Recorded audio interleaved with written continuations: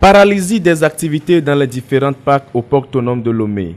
C'est le constat qui se fait après plus de 2 semaines de grève des déclarants en douane non agréés. Il s'agit d'une grève qui fait suite à l'imposition du port de badge, une décision de l'Office togolais des recettes OTR, l'administration de tutelle.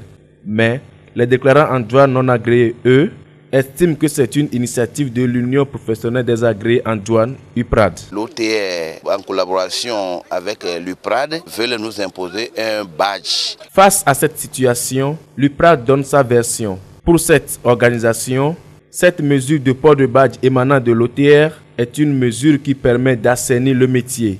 Et il importe de comprendre aujourd'hui le bien fondé de cette décision. La douane doit pouvoir savoir avec qui elle travaille, qui est qui et qui fait quoi. Vous allez à la navigation du port, c'est comme un marché.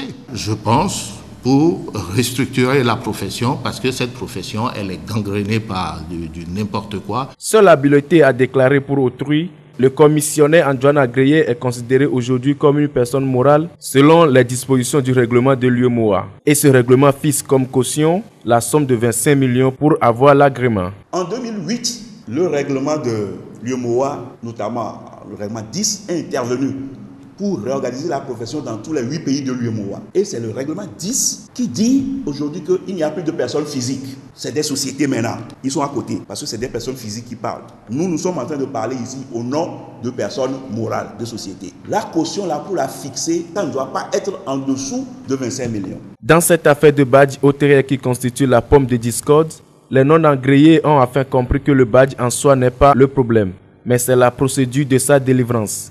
Selon le critère d'octroi du badge qui se fait selon le chiffre d'affaires, nombre de badges qui varie de 3 à 10, l'UPRAD dit avoir mené des requêtes auprès de l'OTR pour revoir ce nombre à la hausse. Le principal critère pour pouvoir octroyer un certain nombre de badges, c'est le volume d'affaires. Mais nous avons trouvé que ce nombre-là était insuffisant. Donc nous avons fait une requête dans ce mois de janvier à l'OTR pour leur dire que le nombre de badges qui étaient affectés aux maisons de transit s'avérait insuffisant. Dorénavant, le nombre de badges passe de 3 à 7 pour le minimum et de 10 à 15 pour le maximum.